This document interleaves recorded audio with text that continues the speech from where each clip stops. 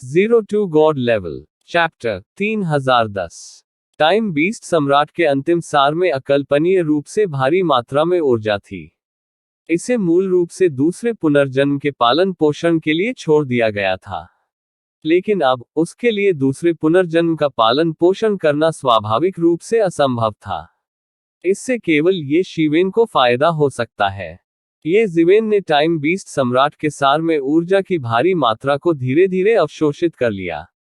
इस सार में समय के नियम की उत्पत्ति का भी बहुत कुछ निहित है।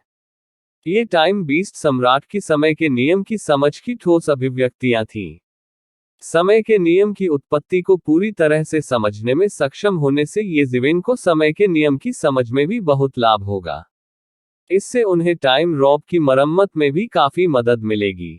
विशेष रूप से टाइम रॉब में निहित समय का नियम ये जीवेन की समय के नियम की वर्तमान समझ से भी अधिक था। हालांकि ये जीवेन ने 3000 मार्शल आर्ट सीखी थी, लेकिन समय के नियम के बारे में उनकी समझ अभी भी टाइम लॉर्ड से कमतर थी। अब जब उसके पास समय के नियम की उत्पत्ति थी, तो ये जीवेन का बहुत समय बचा सकता था।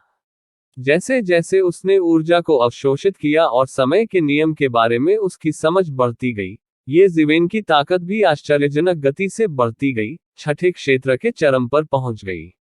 सामान्य लोगों के लिए समय के नियम में निहित समय के नियम को समझने में काफी समय लगेगा, लेकिन ये जीवेन के लिए ये बिल्कुल भी कुछ नहीं था। उसके पास नींव के रूप में रहस्यमय जगह और लेवल 2 ड्रैगन नस थी। स्वाभाविक रूप से वह हर प्रयास में सफल रहे। उनमें उत्पत्ति की पर्याप्त शक्ति भी थी और उनकी समझने की गति भी कायम रह सकी। इससे उनकी साधना की गति और भी अधिक चौंकाने वाली हो गई, जो उस सीमा से कहीं अधिक थी जिसकी हर कोई कल्पना कर सकता था। हालांकि ये जीवेन को नहीं पता था कि उसकी वजह से बाहरी दुनिया में हलचल मच गई है, लेकिन अगर उसे पता होता तो भी उसे कोई परवाह नहीं होती। एक बार जब उन्होंने अपनी बंद दरवाजे की खेती पूरी कर ली, तो उन्हें इस पेन हेवनली पैलेस में डरने की कोई बात नहीं होगी। जब तक सातवें लोक का कोई स्वामी प्रकट नहीं होता, वह अजय रहेगा। समय दरार में से गुजरते सफेद घोड़े की तरह उड़ गया। पलक झपकते ही 3 साल और बीत गए। पूरे 3 साल भले ही बाहरी दुनिया के लिए कुछ भी न हो, लेकिन पेन हेवनली पैलेस में यह एक अशांत समय था। चारों ओर से विशेषज्ञ घूम रहे थे। पेन हेवनली पैलेस के अंदर खजाने की खोज के लिए विभिन्न संप्रदायों के कई विशेषज्ञ एक दूसरे से लड़े। चाहे वह फॉर्चून डिवाइन राजवंश हो या अन्य संप्रदाय, दोनों गुट अब सत्ता का स्पष्ट विभाजन बनाए रखने में सक्षम नहीं थे। पेन हेवनली पैलेस न केवल पेन तियान तियान का विश्राम स्थल था, बल्कि यह पेन तियान तियान द्वारा बनाई गई विशालता की अंतिम मांद भी थी। हालांकि उस पर हमला किया गया था और वह गिर गया था, पेन तियान तियान तियान ने अपनी महान शक्ति से इसे तुरंत अंतहीन शून्य में छिपा दिया था, इसलिए यह नष्ट नहीं हुआ था। इसलिए अभी भी कई दिव्य वस्तुएं थीं जिन्हें सृष्टि क्षेत्र में खोजना मुश्किल था। यहाँ तक कि एक शाही सम्राट के लिए भी ये दिव्य वस्तुएं उन्हें लार टपकाने के लिए पर्याप्त थीं, और उन्हें इन्हें प्राप्त करना ही था, भले ही उन्हें अपनी जान जोखिम में डालनी पड़े। पान तियान पैलेस की एक घाटी में, घाटी के बाहर आश्चर्यजनक रोशनी के साथ 3 आकृतियां दिखाई दी। वहां 2 पुरुष और 1 महिला थी। नेतृत्व करने वाला व्यक्ति एक बूढ़ा व्यक्ति था जिसके पास थोड़ी सी कड़कड़ाती ठंड और अलंघनीय दैवीय शक्ति थी। भले ही उसने केवल साधारण कपड़े पहने हुए थे, वास्तव में उसके पास एक सर्वोच्च व्यक्ति की शक्ति थी। उसके पीछे एक प्रतिष्ठित व्यक्ति था। वह स्वर्ग और पृथ्वी के बीच खड़ा था, और वह भीड़ से अलग भी लग रहा था। अगर ये जीवेन यहाँ होता, तो उसे पता चलता कि ये 2 लोग गुरु और शिष्य की जोड़ी थे, जो शहर के गेट पर थे जब ये जीवेन ने स्टॉर्म विंड सिटी में प्रवेश किया था। दूसरा व्यक्ति उसका पुराना मित्र, नाइन नेदर होली कल्ट की परी तियान मियाओ था। ये सही है, इस स्वर्ग और पृथ्वी के निर्माण का मूल इस घाटी में है। मुझे नहीं पता कि इसे किसने व्यवस्थित किया, लेकिन यह वास्तव में सरल है। इसने दुनिया की आसपास की आध्यात्मिक ऊर्जा को अवशोषित और संघनित किया है। मुझे डर है कि वहां अंदर कुछ असाधारण होना चाहिए। बूढ़े आदमी की आंखें मशाल की तरह थीं, और उसकी आंखें पूरी दुनिया को देखने में सक्षम लगती थीं। जहां तक उसकी आंखें देख सकती थीं, पूरी घाटी को उसके केंद्र में रखते हुए संरचना उसकी आंखों में गिर गई। हालांकि वह संरचनाओं में कुशल नहीं थे, लेकिन उनकी खेती लंबे समय से विद्वतापूर्ण थी। भले ही वह इसमें बहुत कुशल नहीं था, फिर भी इस गठन के कई अर्थों और उत्पत्ति को आसानी से देखने में उसे कोई बाधा नहीं आई। उच्च सम्राट वास्तव में अतीत में एक बड़ा शॉट होने के योग्य है। ये चीजें वास्तव में आपके द्वारा आसानी से देखी जा सकती हैं। प्रभावशाली प्रभावशाली जूनियर आपकी प्रशंसा करता है, परी तियान मियाओ ने बार बार कहा। उसके बगल में उत्कृष्ट युवक ने अपनी आंखों में थोड़ी प्रशंसा के साथ परी तियान मियाओ को देखा। साथ ही परी तियान मियाओ के शब्दों के कारण उनके चेहरे पर कुछ हद तक गर्व की अभिव्यक्ति भी थी, क्योंकि वही उसका गुरु था। बूढ़े व्यक्ति ने बस अपना सिर हिलाया और कहा, यह सिर्फ एक तुच्छ कौशल है। आपके नाइन नेदर होली कल्ट के पास ऐसे विशेषज्ञ हैं जो इसमें कुशल हैं। मैं बस एक विशेषज्ञ के सामने अपना मामूली कौशल प्रदर्शित कर रहा हूं। जाहिर है, बूढ़ा आदमी अहंकारी नहीं था, क्योंकि वह इसका श्रेय लेना चाहता था। एक अर्थ सम्राट के लिए इसे एक अद्भुत कौशल और क्षमता माना जा सकता है। हालांकि एक ऐसे व्यक्ति के लिए जिसने वास्तव में एक सर्वोच्च सम्राट के क्षेत्र में कदम रखा था, ये सिर्फ एक बुनियादी कौशल था। उस क्षेत्र में कदम रखने वाले व्यक्ति के लिए यह बस एक बुनियादी उपलब्धि थी। परी तियान मियाओ ने शरारती और प्यारी नजर से अपनी जीभ बाहर निकाली।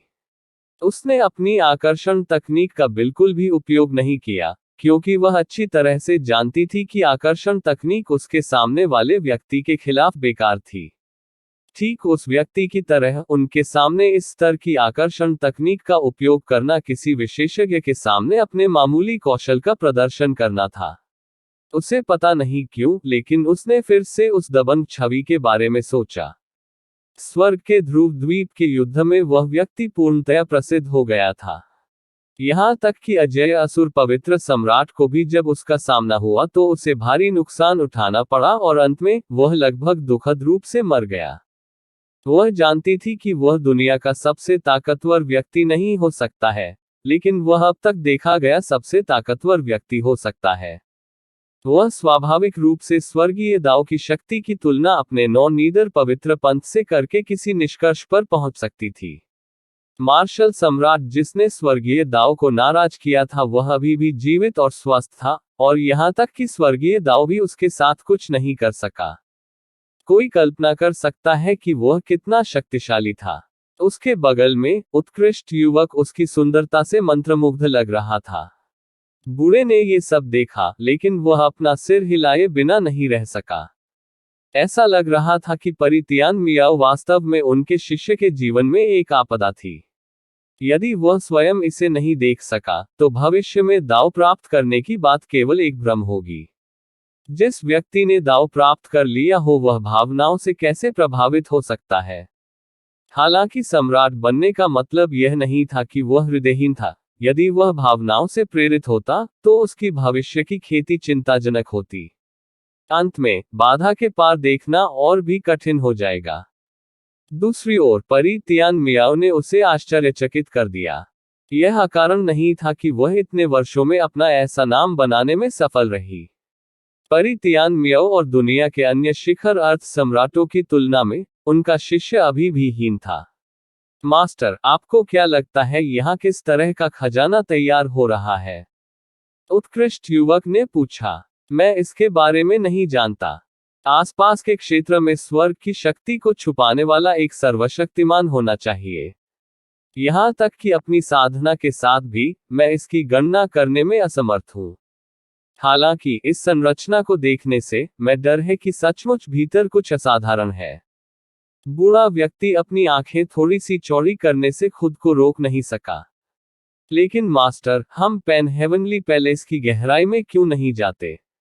अब जब हर कोई पैन हेवनली पैलेस की गहराई में प्रवेश कर चुका है, मैंने सुना है कि किसी को पैन हेवनली पैलेस के निशान मिले हैं। हम क्यों नहीं जाते में और अपनी किस्मत आजमाएं? उत्कृष्ट युवक ने सुझाव दिया। बूढ़े ने चुपचाप अपना सिर हिलाया। उसका शिष्य अपनी प्रेमिका के सामने दिखावा करने के लिए बहुत उत्सुक था। क्या पेन हेवनली पैलेस की गहराई में जाने के लिए एक अच्छी जगह थी? मूर्ख, क्या पेन हेवनली पैलेस कोई ऐसी चीज है जिसकी हम लालसा कर सकते हैं? पेन हेवनली पैलेस की गहराई में किस तरह का भयानक अस्तित्व छिपा है, इसका जिक्र करने की बात ही नहीं है। यहाँ तक कि यहाँ आए सम्राट क्षेत्र के विशेषज्ञ भी ऐसे लोग नहीं हैं जिनसे हम निपट सकते हैं। यदि पेन हेवनली पैलेस वास्तव में हमारे हाथों में पड़ जाता है, तो यह कोई आशीर्वाद नहीं होगा। इसके विपरीत, ये हमारे लिए एक आपदा होगी। जिस दिन हम इसे अपने हाथ में लेंगे वह हमारे विनाश का दिन होगा। पुराना आदमी ने रूखेपन से कहा। हम फॉर्चून डिवाइन राजवंश के प्रतिनिधि हैं, क्या उनमें ऐसा करने की हिम्मत है? उत्कृष्ट युवक ने जवाब दिया, ऐसा लग रहा था कि वह अपनी प्रेमिका के सामने कुछ हद तक फिर से मजबूत होने की कोशिश कर रहा है। हालांकि परी तियान मियाओ, जो उसके पास खड़ी थी, केवल मुस्कुराए और कुछ नहीं बोली। बूढ़ा व्यक्ति हुआंग शियाओलो के शब्दों से क्रोधित था। आप क्या जानते हैं? हमारे फॉर्चून डिवाइन राजवंश का नाम सामान्य समय में उपयोगी हो सकता है, लेकिन इस पेन हेवनली पैलेस में, इस अराजक लड़ाई में, भले ही हम मर जाएं, कोई भी इस पर गौर नहीं करेगा। यहाँ तक कि सम्राट क्षेत्र के अस्तित्वों को भी यह जानने की जरूरत है कि स्थिति का आकलन कैसे किया जाए, और इस सिद्धांत को समझे कि अगर चीजें बहुत कठोर हैं तो उन्हें तोड़ना आसान है। आप जैसे महज आधे कदम वाले सम्राट का तो जिक्र ही नहीं। भले ही उत्कृष्ट युवा इसे स्वीकार करने के लिए तैयार नहीं था, फिर भी उसे यह स्वीकार करना पड़ा कि बाहरी दुनिया में एक अर्ध सम्राट हाथ के झटके से एक बड़ा शॉट हो सकता है, लेकिन यहाँ वे मरने वाले सबसे तेज तोपचारे थे। वे कुछ भी नहीं थे। यदि कोई सम्राट नहीं बनता तो वह महज एक चींटी ही होता। मूल रूप से पेन हेवनली पैलेस जितनी खतरनाक जगह हमारे प्रवेश के लिए उपयुक्त नहीं है, लेकिन आपकी खेती बिना किसी प्रगति के कई वर्षों से अर्ध सम्राट क्षेत्र में अटकी हुई है। इसलिए मास्टर ने आपको ये देखने के लिए यहाँ लाने का फैसला किया है कि क्या आपके लिए एक झटके में सम्राट बनने का कोई अवसर है। केवल तभी आप पीड़ा के समुद्र से बच सकेंगे और स्वर्ग पर चढ़ सकेंगे। बूढ़े व्यक्ति के पास अपना उद्देश्य प्रकट करने के अलावा कोई विकल्प नहीं था। उस उत्कृष्ट युवक को बूढ़े व्यक्ति की बातें छू गईं, और वह जानता था कि उसका स्वामी उसकी भलाई के लिए ऐसा कर रहा है। अन्यथा, उनके मास्टर की स्थिति के आधार पर उन्हें ऐसा जोखिम लेने की कोई आवश्यकता नहीं थी। परी तियान मियाओ ने उन दोनों को देखा। उसका भी यही विचार था। यदि उन्हें अंदर अवसर मिल सके, तो शायद वे वास्तव में एक ही सीमा में स्वर्ग तक पहुंच सकते हैं। सम्राट बनने के लिए साधना करना इतना आसान कैसे हो सकता है? बिना जोखिम उठाए कुछ भी नहीं मिलता। टास्क कितना मर्मस्पर्शिया, गुरु और शिष्य के बीच का गहरा रिश्ता। तीनों के पीछे से एक मजाकिया आवाज आई। इसी प्रकार के अपडेट्स लेते रहने के लिए हमारे चैनल ऑडियो बुक्स 108 को सब्सक्राइब करें और नोटिफिकेशन ऑन करें। धन्यवाद।